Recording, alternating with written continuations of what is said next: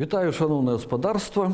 У нашому центрі городського життя в Городні стало вже традицією проводити публічні лекції істориками, професіоналами, які не мають можливості працювати у державних університетах, тому що з їх звільнені. Але зараз, початок красавіка 2020 року, у світі шалеє пандемія коронавірусу, в Білорусі так само, хоч ад нас улады гэта вельмі докладно і досконало стараються сховати, ми все-таки вирішили не подвергать ризиці людей, не збирати публіку на наші лекції, а проводити лекції онлайн праз інтернет. От я пропонував такий курс лекцій, який називається «Початки Великого князства Литовського 1248-1316 годи». Гэта курс трохи адрозніваецца ад папярэдніх, бо ён не такі папулярны, які я чытаў раней, як там «Пачаткі Беларусі», як «Гісторыя Беларусі паміж Европай і Расіяй». Гэта курс, скажем так, універсітэцкі, прызначаны фактычна для студэнтаў-гісторыкаў. І калі у спадарствах, хто яго знойдзе час, жаданне і сілы паслухаць, узнікнуць пытанні, калі ласка, пішыце, задавайце гэта пытанні у каментарах. Тэма «Пачаткі Великага князства Літоўскага» тэма вельмі важная ў плане і навуковым, і ў плане ідэалагічным, таму што ад інтэрпрэтацыі гэтых пачаткаў залежыць інтэрпрэтацыя ўсёй хады гісторыі, напрыклад, мінімум двух краінаў – Літувы і Беларусі. Я ўпершыню зацікавіўся гэтай тэмай, будучы ўжо кандыдатам навук, калі праводзіў самастойныя археалагічныя раскопкі ў гарадах і замках беларускага панямоння, гэта былі 80-е гады мінулага стагоддзя, я звярнуў увагу на адну цікавую, незвычайную, здавалася, рэч, таму што нас вучылі ў універсітэце. Потым я вучыўся в аспірантуры Інстытута археалогіі Акадэміі навук СССР у Маскве, што у сярэдзіне 13 стагоддзя, 1238-40-е гады, на ўсходнія славянскія землі напала мангола-татарскае войска. І былі знішчаныя ўсе паўднёвыя усходнія славянскія землі, гарады, і археолагі в гэтых гарадах, у тым ліку, напрыклад, у Кіеве, у расійскіх гарадах, іншых украінскіх гарадах, знаходзяць у культурным слаі падчас раскопак праслойкі пажару гэтага часу, часу знішчэння горада мангола-татарамі. У Кіеве гэта 1240 год, гэта выразныя праслойкі з чорных вуглёў, наканечнікаў татарскіх стрэлы там трапляюцца, чалавечыя косці і гэтак далей. Ці дакладна даследчыкі, археолагі могуць адрозніць так званы дамангольскі перыяд да знішчэння таго горада і паслямангольскі перыяд. І нам у падручніках пісалі і на лекцыях казалі, што гэты самы час, скарыстаўшыся аслабленнем Русі, скарыстаўшыся нападам мангола-татараў з усходу, з захаду на землі Беларусі напалі літоўскія племёны, которые заваявалі Беларусь і ўключылі іх сваю дзяржаву Великое княства Літоўскае. І вот калі я непасрэдна як археолог праводзіў раскопкі ў гарадах і замках беларускага панямоння, ў Гародні, Слоніме, Ашмянах, Лідзе, Мірскім замку, Лідскім замку і в іншых замках, я звярнуў увагу, што слядоў гэтай заваёвы няма, матэрыяльных слядоў няма, у культурным слаі адсутнічаюць хоць бы якія падабенствы на гэты слой знішчэння мангола-татарскага, украінскіх і расійскіх гарадоў. Матэрыяльная культура практычна не мяняецца ў гэты час, сярэдзіна 13 стагоддзя, хаця маецца на ўвазе, што она збяднела, бо знік імпарт, імпартныя рэчы не прысылаюцца, не прывозяцца з поўдня, з Вялікага Новгарада, з Кіева, з Візантыі і гэтак далей, але характар матэрыяльнай культуры не змяняецца, няма слядоў пажару. І ў мяне ўзнікла такое пытанне, а што гэта такое? Ці была гэтая ввогуле заваёва? І захацелася разабрацца як навукоўцу, як гісторыку. Тут якраз з'явіліся працы першапраходца, гісторыка-аматара Міколы Ярмаловіча, па слядах аднаго міфа, яго знакамітая праца, дзе ён даводзіць, што ніякай заваёвы літувісамі беларусаў не было. Так я ў канцы 80-х гадоў мінулага стагоддзя пачаў займацца менавіта гэтай праблемай пачаткаў Великага княства Літоўскага, якія мелі месца якраз в сярэдзіне 13 стагоддзя. Прысвяціў гэтаму каля 10 гадоў жыцця, напісаў доктарскую дысертацыю, абараніў, Кніжка па гэтай дысертацыі стварэння Вялікага княства літоўскага вытрымала 3 выданні па-беларуску, 1 выданне па-польску. Але, на жаль, я меў толькі аднойчы магчымасць прачытаць курс спецыяльны для студэнтаў-гісторыкаў па пачатках Вялікага княства літоўскага ў Гарадзенскім універсітэце яшчэ у пачатку 90-х гадоў. Потым такой магчымасці не было, таму што не магу працаваць у універсітэтах, дзяржаўных вогуле установах Беларусі па той прычыне, што расказваю пра гісторыю Беларусі зусім не так, як загадвае адміністрацыя, ідэалагічны аддзел адміністрацыі прэзідэнта і сам прэзідэнт Лукашенка. Таму такой магчымасці пазбаўлены. І вось пачынаем наш курс. Сёння гаворка пойдзе пра крыніцы. Якія маем крыніцы для даследавання гэтай праблемы пачаткаў Вялікага княства літоўскага. Я паўтараю, гэта курс будзе не такі папулярны, это курс будзе, скажем так, універсітэцкі. Крыніцы.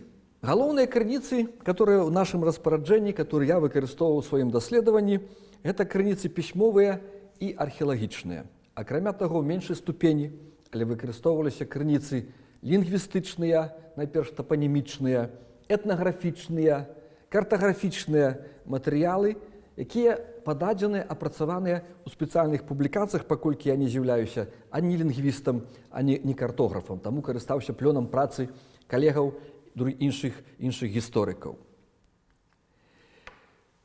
Крыніцы. Галоўныя крыніцы па таму часу, па 13 стагоддзю, па пачатку 14 стагоддзя, гэта летапісы, наратыўныя крыніцы, хронікі і летапісы, якія ствараліся, на жаль, не на тэрыторыі Беларусі. Таму што, нягледзячы на тое, што даследчыкі перакананыя, ці вельмі на гэта спадзяюцца, ці аргументуюць, што існавала летапісанне полацкае, несумненна, і, магчыма, існавала летапісанне наваградскае ў 12-13 стагоддзях, помнікі гэта летапісання да нас не дайшлі. Я думаю, калі б яны былі апублікаваныя, гэта летапісы, хаця бы летапіс полацкі, то гісторыя б нашай краіны выглядала б зусім інакш, як мы зараз яе маем у падручніках і спецыяльных працах. Таму галоўныя пісьмовыя крыніцы ствараліся не на месцы дзеі, не ў Панямонні, не побач на беларускіх землях у Полацку, а на землях суседніх. І вось 2 найважнейшыя крыніцы – это галіцка-валынскі летапіс, это самая важная крыніца, которой карыстаюцца ўсе даследчыкі, якія займаюцца пачатковай гісторыяй Вялікага княства літоўскага, і ливонская або інфлянская старэйшая рыфмаваная хроніка. От коротка пра гэтыя крыніцы мы пагаворым. Галіцка-валынскі летапіс захаваўся ў складзе іпахіўскага летапісу. Это яго 3-я частка. Менавіта даследчыкі выявілі, што гэта галіцка-валынскі звод, які вядзе аповед аб падзеях ад пачатку да канца 13 стагоддзя. Это якраз усплёск магутнасці, росквіт галіцка-валынскага княства і дабрабыту, і палітычнай магутнасці, і вайсковай магутнасці. Натуральна, з'явілася ўласнае летапісанне, которое падзеі натавала у хвалу галіцка-валынскім князям і таксама адлюстроўвала выдарэнні, звязаныя з гэтай зямлёй. І дайшоў да нас у пінскім спіску ці рэдакцыі гэта выснова даследчыкаў, савецкіх і расійскіх в асноўным даследчыкаў, таму што звярнулі ўвагу, што апошнія дзесяцігоддзі, от 13 стагоддзя, перапоўненыя дэталямі пра пінскія падзеі. І менавіта гэта прывяло да высновы, што аўтарам гэтага спісу быў летапісец з Пінска, который яшчэ дапаўняў менавіта мясцовымі падзеямі. Такое ускоснае пацвярджэнне пінскага аўтарства гэтага спісу тое, што у апісанні, напрыклад, паходаў галіцка-валынскіх войскаў на землі Панямоння ў час змагання з этой маладой дзяржавай Вялікага княства літоўскае надзвычай дакладна апісваюцца ўсе геаграфічныя дэталі. Як ішлі, які быў пераход у дзень, дзе спыняліся, каля якой мясцовасці, каля якой рэчкі. І гэта настолькі дакладна адпавядае геаграфічным рэаліям Панямоння, што яшчэ раз пацвярджае даставернасць гэтай крыніцы. Мы будзем да яе пастаянна звяртацца у нашым аповедзе, калі будзем непасрэдна гаварыць пра працэс стварэння Вялікага княства літоўскага. Вось. Далей. Старейшая рифмованная хроніка – это твор так званой рыцарской поэзии, створенная у Ливонии, уже коли она была захопленная немцами, архибискупством, городом Ригой, Інфлянским орденом, была написана каля 1290 года, то есть в разгар процессу утворения Великого княства Литовского. Это такая рифмованная, складаецца з 12 17 рифмованых радков, и аповед от середины 12 стагоддзя доводится до 1290 года. Это час, пакуль яшчэ быў жывы автор гэтай хронікі. И для нас это вельмі важно, хоть и галіцка-валынскі летапіс, и рифмованная хроніка, яны маюць праблемы з датаваннем. У гэтай рифмованной хроніцы інфлянскай толькі 3 даты поставленные. Это проблема. У галіцка-валынскім летапісе даты все сбитые. То есть там, калі напісалася, летапісец даты не ставіў, і трохі пазней нехта расставіў у гэтым аповедзе даты. Это казаліся даты памылковыя, і ў пачатку 20 стагоддзя все памылкі в гэтых датаванні галіцка-валынскага летапісу скрупулёзна выправіў знакаміты украінскі гісторык Михайло Грушевскі. Есть такая яго праца «Храналогія падзей галіцка-валынскага летапісу», яшчэ напісаная ў пачатку 20 стагоддзя, апублікаваная, дзе ён праз канфрантацыю крыніцаў іншых летапісаў і усходнеславянскіх, і хронікаў польскіх, і нямецкіх, крыжацкіх, супаставіў гэтыя все апісанні і паставіў дакладныя даты. Дарэчы, гэтае удакладненне, гэтае выпраўленне Грушевскім было абсалютна невядома беларускай гістарыяграфіі да таго часу, пакуль не выйшла моя манаграфія, першая па гэтай тэме ў 1998 годзе, дзе я ўжо выкарыстоўваю паправкі Грушевскага, а нават яшчэ сёння здараецца, што некаторыя людзі пішуць працы і перапісваюць аўтаматычна з ранейшых прац 70-х, 80-х гадоў гэтая неправільная дата. Але пра гэта мы яшчэ будзем казаць. Ну і цікавая такая крыніца, апісанне земляў ці дублінскі рукапіс, які быў знойдзены толькі ў 1979 годзе, апублікаваны. Узнікла дыскусія, калі створана гэтая крыніца.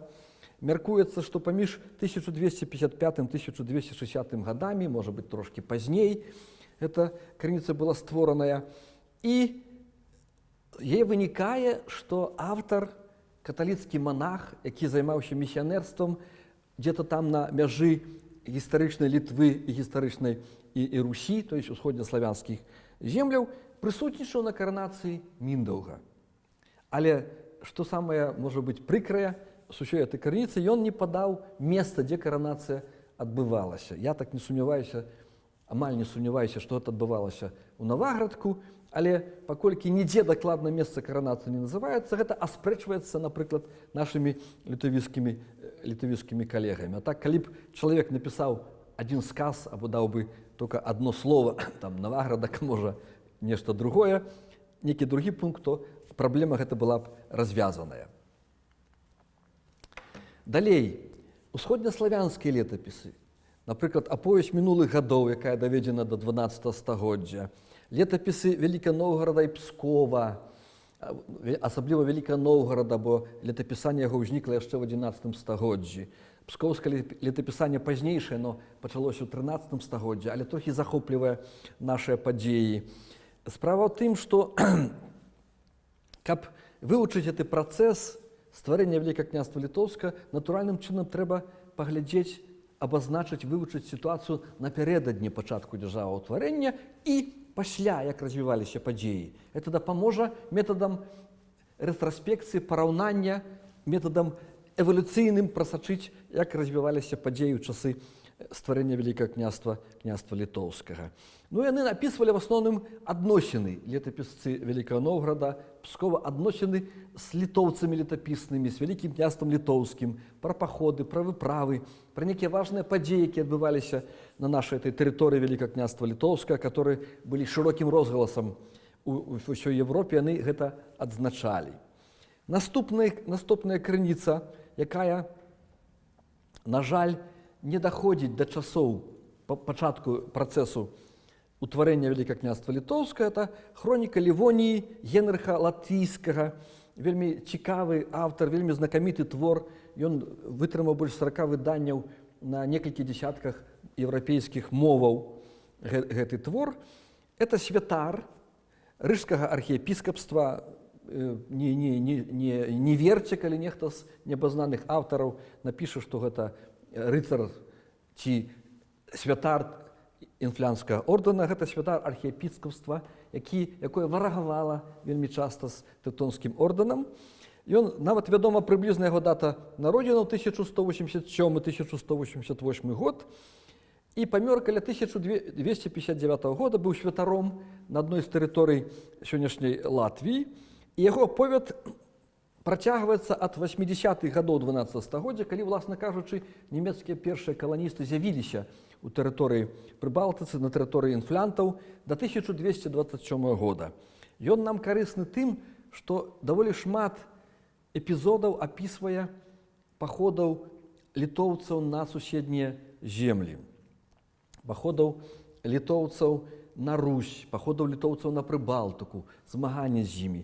Напрыклад, вельмі цікава, як ён называе таксама, тытулуе князёў літоўскіх гэтых летапісных і князёў полацкіх.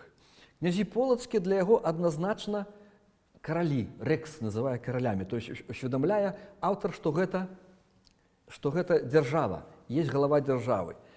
Затое правадароў літоўскіх племёнаў ён называе нобелес, іншымі такімі тэмамі, іншымі такімі тэрмінамі, якія адпавядаюць паняццю арыстакратыя там, ці некія князі. І гэта, напрыклад, сведчанне таго, што не бачыў гэты аўтар яшчэ ў першых дзесяцігоддзі 13 стагоддзя літувійскай дзяржавы у Прыбалтыцы. Гэта нам будзе карысна, калі мы будзем вывучаць Вялікае княства Літоўскае.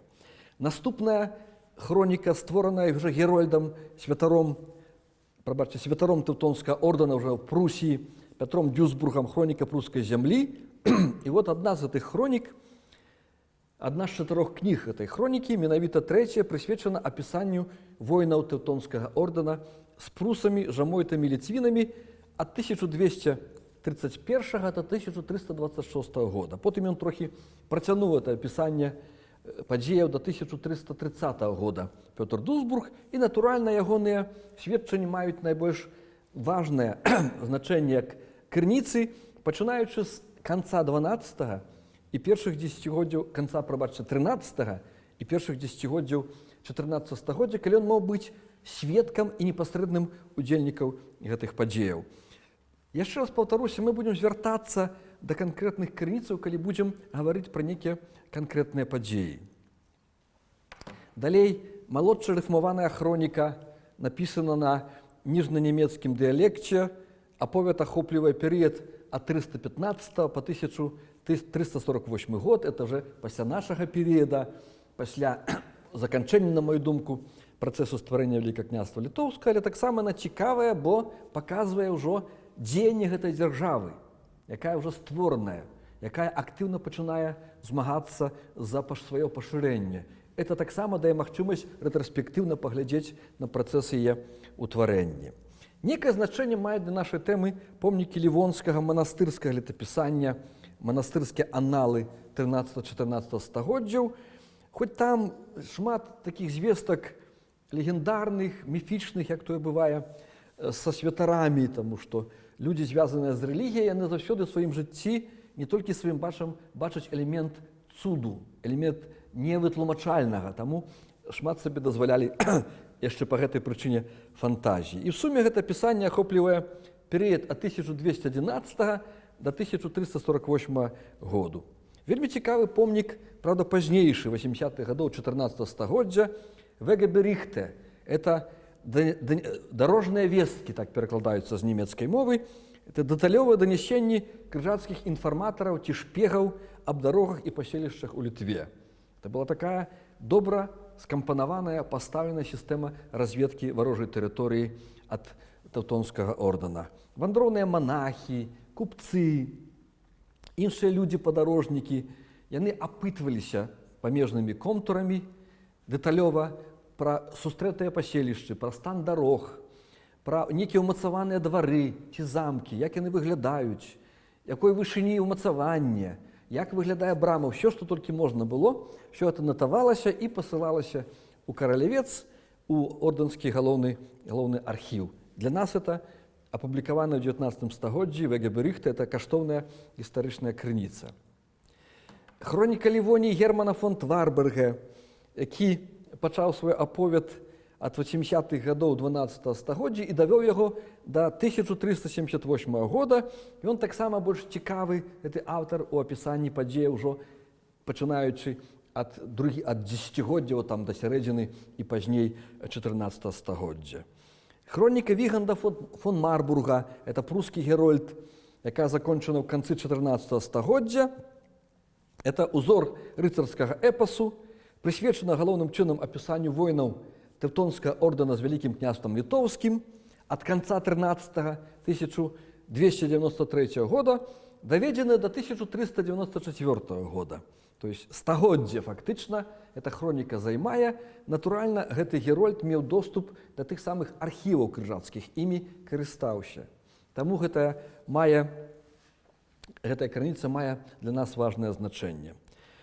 Польскія некія крыніцы, летапісы, хронікі, напрыклад, Великапольская хроніка, аналы пазнаньскай, кракаўскай капітул, яны звязаныя з нашымі падзеямі тым, што і летапісныя літоўцы, і потым войскі Великага княства Літоўска у 13 і яшчэ ў 14 стагоддзі вельмі актыўна рабавалі польскія землі, вельмі актыўна ўмешваліся ў палітычнае жыццё таксама польскіх земляў, і гэта знаходзіла адлюстраванне у польскіх крыніцах не толькі апісанне тых змаганняў з літвінамі, але таксама апісанне падзеяў у гэтай варожай дзяржаве, якая не магла, канешне, не выклікаць цікавасць у польскіх аўтараў. Калі мы гаворым пра нашы летапісы, так вядома, як літаратуры беларуска-літоўскія, гэты тэрмін вёў знакаміты беларускі гісторык Мікалай Улашчык, адзін з найбольш вядомых даследчыкаў гэтых летапісаў, летапісы Великага княства Літоўскага.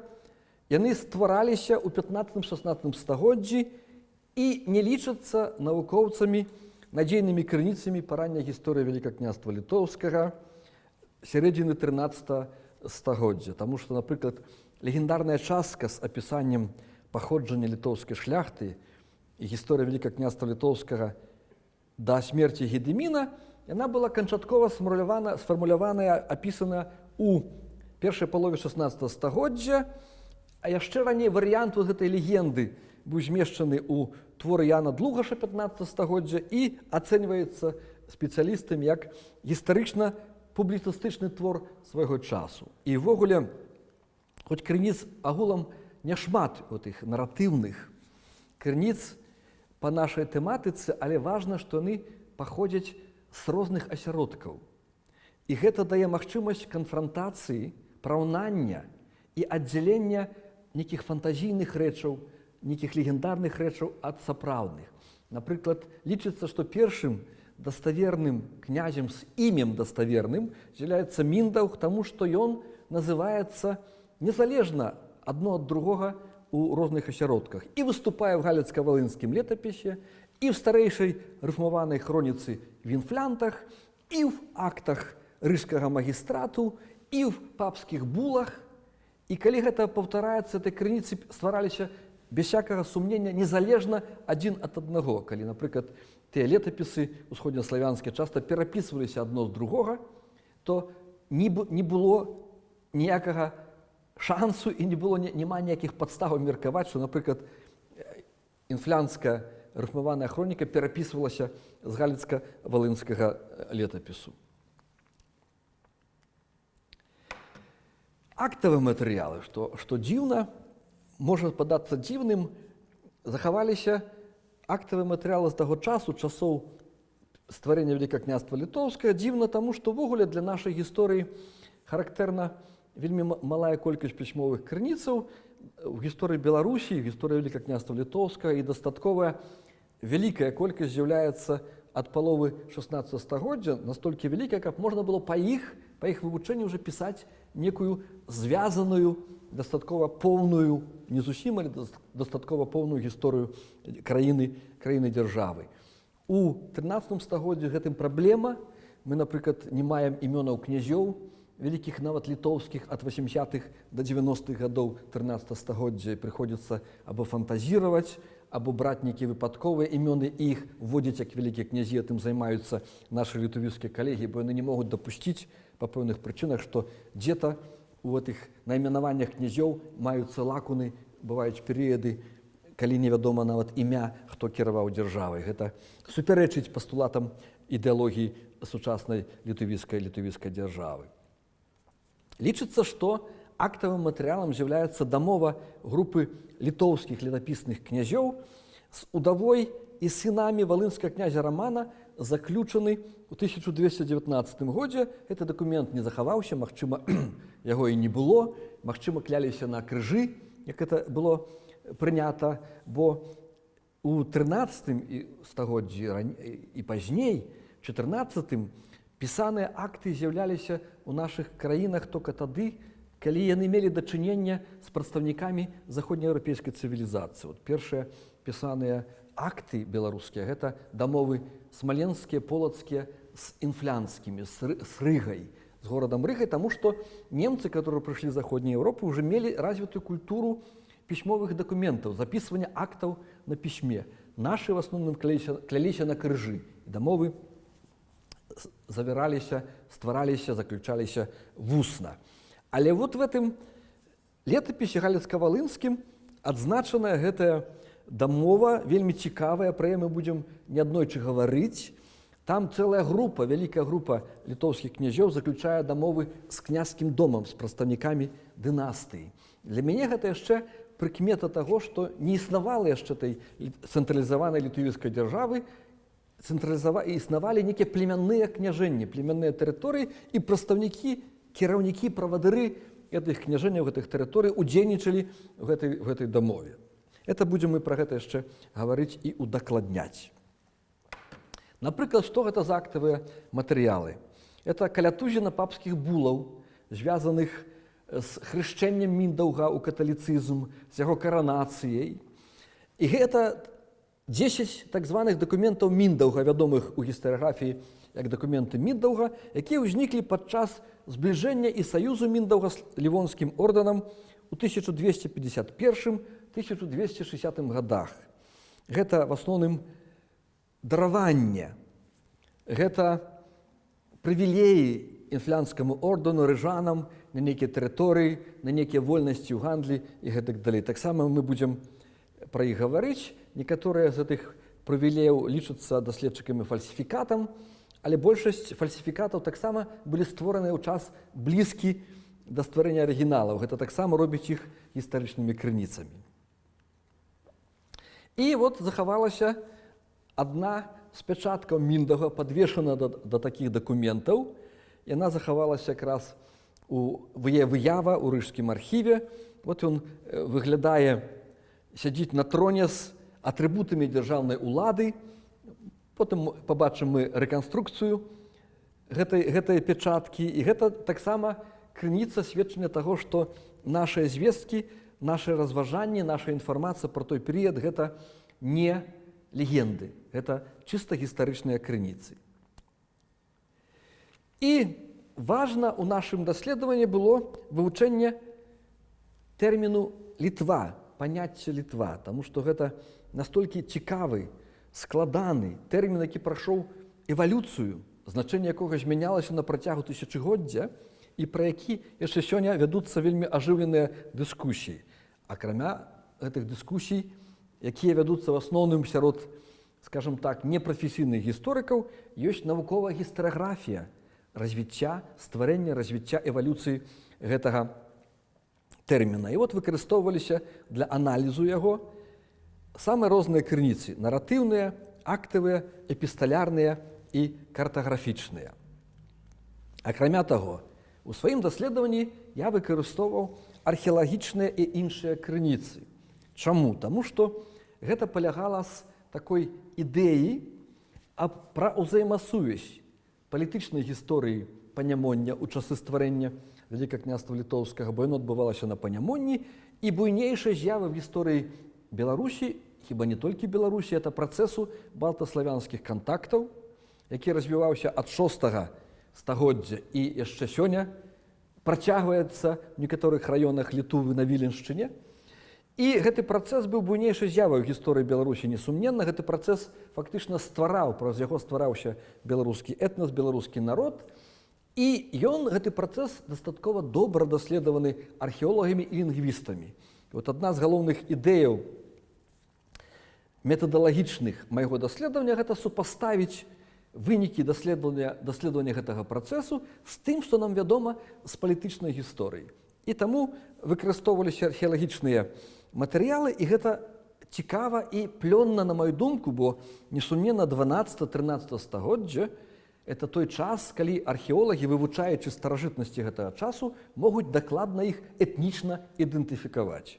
Калі там яшчэ пра 5-6 стагоддзе, 7 нават стагоддзя, можа быць спрэчка, культура археалагічная – это славянская, ці балтская, ці, можа быць, некая мяшана з дамінантай балтаў, ці дамінантай славянаў, то 12-13 стагоддзя ўжо па матэрыяльных рэчах, дзякуючы пісьмовым крыніцам, можна дакладна ідэнтыфікаваць. Напрыклад, культуру усходнелітоўскіх курганоў в апошнія этапы існавання ўжо дакладна можна атаясамляць з балтскай супольнасцю аўкштайтаў ці з племянной групоўкай, якая была вядома ў летапісах пад назвай Літва. Это першае такое значэнне гэтага тэрміну. Або у 11-12 стагоддзі якраз у месцы стварэння, у месцы, дзе адбывалася дзея, дзе стваралася Вялікае княства Літоўскае, праходзіла актыўная каланізацыя славянская. Можа быць, скажам так, не матэрыяльная каланізацыя, але культурная каланізацыя. Можа быць, і тых славянаў было не так шмат, сюды прыходзіла, але яны актыўна прыносілі сваю матэрыяльную культуру, узоры сваёй матэрыяльнай культуры і навязвалі, ці спецыяльна, ці, можа быць, я думаю, гэта было натуральна, сваю мову. І в 11-12 стагоддзях на месцы дзеі, у Панямонні, верхнім і сярэднім, павялічылася колькасць паселішчаў, пахавальных помнікаў, пакінутых дрыгавічамі, крывічамі або змешаным балтаславянскім насельніцтвам. Асабліва гэта выразна прасочана каля Наваградка, дзе даследаванні ленінградскай экспедыцыі прафесійнымі кваліфікаванымі археолагамі выявілі змешаныя магільнікі балтаславянскія. Это таксама важна для нашай тэмы. Таксама даволі добра вывучаны археолагамі старажытныя гарады Панямоння. Яны все былі славянскімі, якія заснаваныя былі ў канцы 10 стагоддзя, першае паселішча в гэтых гарадах. Это Наваградак, экспедыцыя больш 20 гадоў ленінградская дзейнічала, Гародня, шмат раскопак праводзілася, Ваўкавыск, даволі вялікія раскопкі на старажытных цэнтрах шведскай гары Замчашчы, Слонім, Вільня таксама праводзіліся раскопкі, і зараз вядуцца раскопкі літвійскімі археолагамі, і выяўлена, што іх заснавальнікамі і асноўнымі насельнікамі былі ўсходнія славяне. Няма ніякіх сумненняў, што культура матэрыяльная гэтых гарадоў – это несумненна славянская, трапляюцца натуральна балцкія рэчы, мы пра гэта таксама, магчыма, будзем гаварыць, але гэта культура несумненна характар мае славянскі, падобны, як у іншых гарадах усходняй славяншчыны. Таксама лінгвістычныя матэрыялы, напрыклад, анамастыка – гэта якая раздзел лінгвістыкі займаецца назвамі, уласнымі назвамі. Частка анамастыкі – тапаніміка, даследуе геаграфічныя назвы, функцыянаванне гэтых назваў, значэнне, паходжанне, структуру, арэал распаўсюджання, развіццё ў часе і так далей. Антрапаніміка вывучае імёны людзей. Таксама праз даследаванне айконімаў, назваў паселішча, гідронімаў, назваў водных аб'ектаў, якія асабліва трывала захоўваюць архаізмы, асабліва малыя водныя аб'екты. Даследчыкі здабылі шмат важнай інфармацыі аб развіцці этнічнай сітуацыі на Панямонні. Я ніякім чынам не наважваўся асабіста іх аналізаваць, інтэрпрэтаваць, таму што я не лінгвіст. Я карыстаўся вже гатовымі апублікаванымі матэрыяламі і высновамі прафесійных лінгвістаў. І, врэшце, этнаграфічныя матэрыялы 18 пачатку 20 стагоддзя з'яўляюцца галоўнай крыніцай па вывучэнню найбольш позняй часткі гэта працэсу балта-славянскіх кантактаў на Панямонні. То есть мы бачым, да чаго прывялі гэтыя кантакты ў 18 стагоддзі. Уже калі нажыва, у 19 асабліва стагоддзі, сітуацыя на месцы пачаткаў Вялікае княства Літоўскае даследуецца прафесійнымі этнолагамі. І расійскімі, і польскімі, і нямецкімі, і французскімі, і іншымі. Яны ствараюць карты, яны публікуюць матэрыялы, тым ліку ураджэнцы Беларусі, можна сказаць, і беларусамі, хаця яны, гэтыя даследчыкі 19 стагоддзя сябе беларусамі яшчэ не ўсведамлялі, але яны фіксавалі вынік. І ведаючы, напрыклад, пачатак гэтага працэсу, як пачыналася праз археалогію галоўным чынам, і ведаючы вынік, можна пробаваць запаўняць таксама некаторыя прамежкавыя звёны паміж гэтымі працэсамі. І вось гэта даволі кароткая характарыстыка крыніцаў, якія могуць быць выкарыстаныя у даследаванні пачаткаў Вялікага княства Літоўскага. Гэта мая характарыстыка крыніцаў далёка не вычарпальная. Па-першае, што гэта вымагае асобнага курса, надта ж спецыялізаванага курса. Па-другое, мы будзем звяртацца да гэтых крыніц у наступных нашых выкладах. Мы пагаворым пра гістарыяграфію Вялікага княства Літоўскага, вельмі цікавая тэма. І на сёння гэта першая лекцыя закончаная. І яшчэ раз заклікаю людзей, которые паглядзелі, которые паслухалі, задаваць пытанні ў публікацыях, сваіх каментарах. Дзякуй вялікі.